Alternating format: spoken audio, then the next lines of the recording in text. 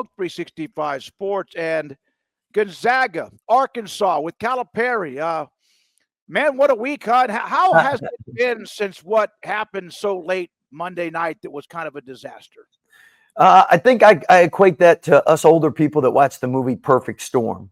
I think you had to throw everything in the mix, them returning 8 and 9 starters, us beating them the last 2 times, and 11:30, what, tip time, our time.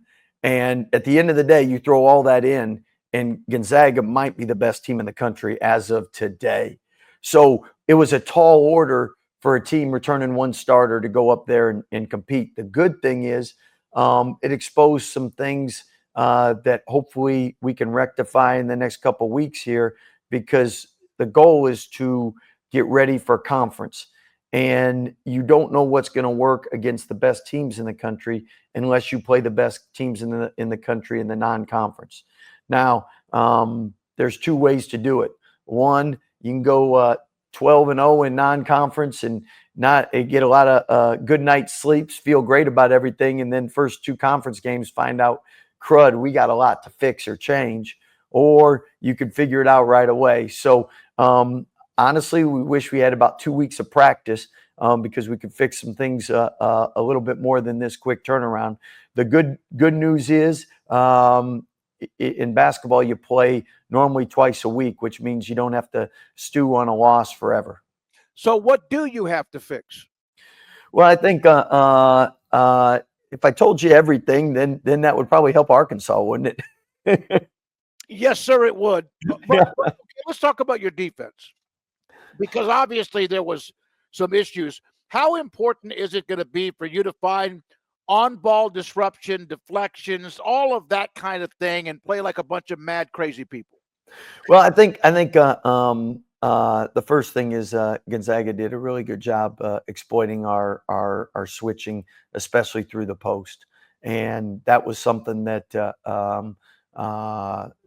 was very evident from the beginning, and something that we didn't think it would end up turning into being that tough. It's kind of like, since we're in football season, you think you got a great line, and then you're running a lot of long pass pattern plays, and you're getting sacked before they're ever getting downfield. So I think the post defense on our switching was the biggest issue. Our perimeter defense was decent, and again, we had 2 scrimmages, and that none of that was exposed in the scrimmages. So we learned some valuable lessons during that game for sure.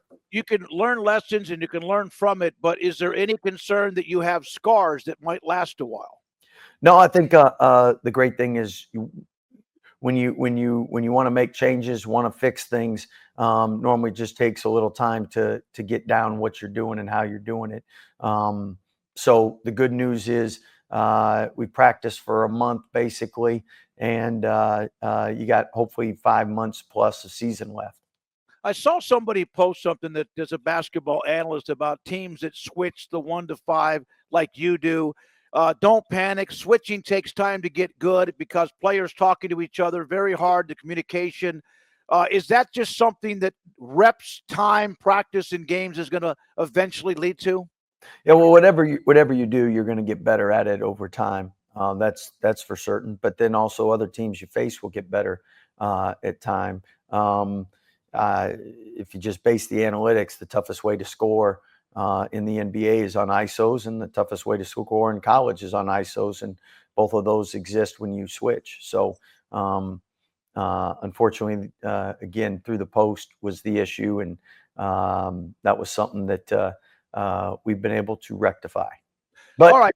But it doesn't mean you're going to be perfect. It's going to take a little time in the rectification. Is that inside just not big enough, tall enough, or is that like what you said, just communication and I mean, schematically you can make changes, personnel you can make changes.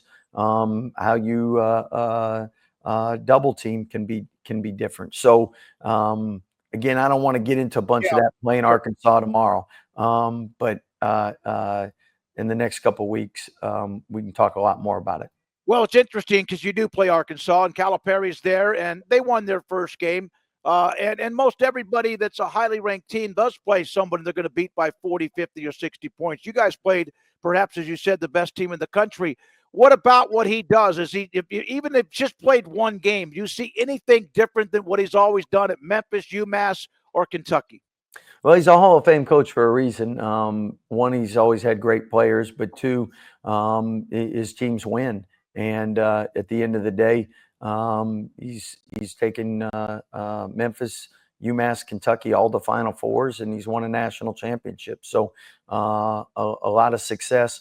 With it starts with the speed and quickness of their backcourt and the athleticism in the front line blocking shots. And if you let those guys get in transition, it's a long night.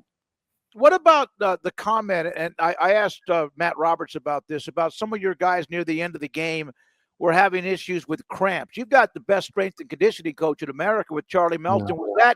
Was that just kind of a fluky thing? I think I'd put it a perfect storm. I mean, we don't play a lot of games at 12:30 our time. Sure.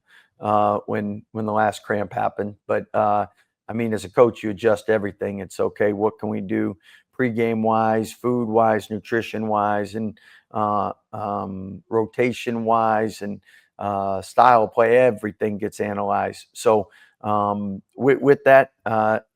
Part of that goes into first game jitters, and normally guys throughout the year get in better shape to play more minutes. But in the beginning of the year, that adrenaline rush and the excitement of putting on a uniform with the crowd, I mean, that's real. All right. So how has practice been this week? You have a late flight back, so you don't really almost like miss a half a day there Yeah. too. How's it been? Good. You have to take the day off. So Tuesday was a day off, and then we've been able to work on some things Wednesday, Thursday.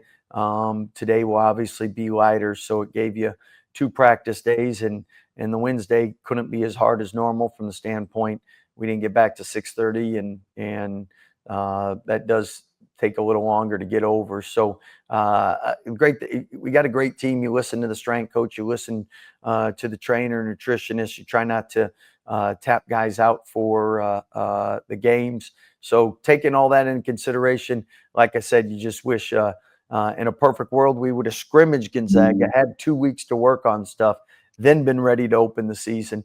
But a lot of times matchups bring out different things, and not everybody plays the same way. And I mean, Gonzaga might be, as we said, I think Ken Palm had him second best offense going in, but not many people play through the posts like they do in college basketball, not even the NBA. And it was really effective. Scott, you have great players. That's why you've won a national title and been where you've been. You have freshmen that are like superstar type names, and VJ Edgecombe had a tough start. He had the big posterize of Fuse's son on the dunk. How do you go about making sure those players he's just so good? He'll be fine. Just one game, but how much is the intense pressure on players like him? You've had a few of those. I think first and foremost, nobody likes losing, and nobody likes losing. It was the worst loss since 2007. So right now, nobody should be in their feelings. Nobody wants that feeling again. So it's all about winning. What can I do to help the team win? How can I do my job better? And really, it starts always with reflection. It starts with looking at yourself, and coaches, coaching staff. Starts with us making sure we're on point. And we have a new staff too, so a lot of learning going on our end of things. So ultimately, at the end of the day, I didn't have the team prepared for what we were going to face. Even though, again, we knew it was going to be a real challenging game, they weren't prepared, and I take the responsibility for that first and foremost. All right, right behind you, and I'll leave it with this. Right behind you is there's a beautiful arena of the pavilion that you have, and now you're there, and you're able to like be there. What's that like, knowing you can look over and see what you're going to do and where you're going to play, and have everything in one big, nice, happy building? Man, it is so nice. But I tell you what's even nicer is playing a game in here. So we can't wait till next week when we get a chance to play a game in here, because the 12,000 Gonzaga fans definitely help them.